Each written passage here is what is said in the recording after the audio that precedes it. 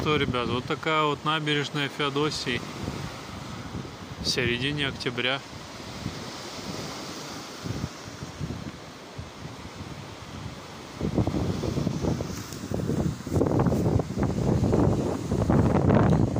Задувает ветер, люди ходят.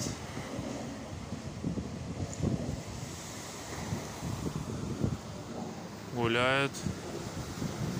Как ни странно, зачем-то по набережной все гуляют.